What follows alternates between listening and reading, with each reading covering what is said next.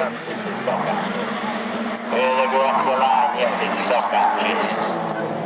And away they go with this one. And it's the 160 straight into the lead with this one. Into the bottom corner it goes. I think it's 41 on the inside.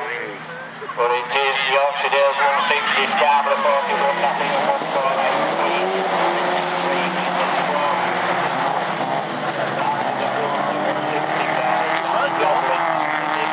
See that? 41 is Darren Bryan. They've got a little bit of daylight between him and 184. Lee Dexter in that third spot. And as they come up this time,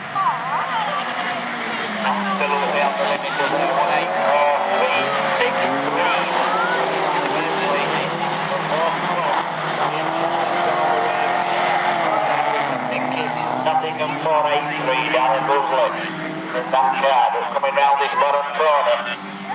And the last lap flag being shown this time. These two are close and affectionate. Yorkshire Dales 160 and Scarborough 41 really battling it out. They're looking for a gap. It's not going to go because 160 is doing everything he's got to do. And Darren Bryan trying his best to get out of this situation.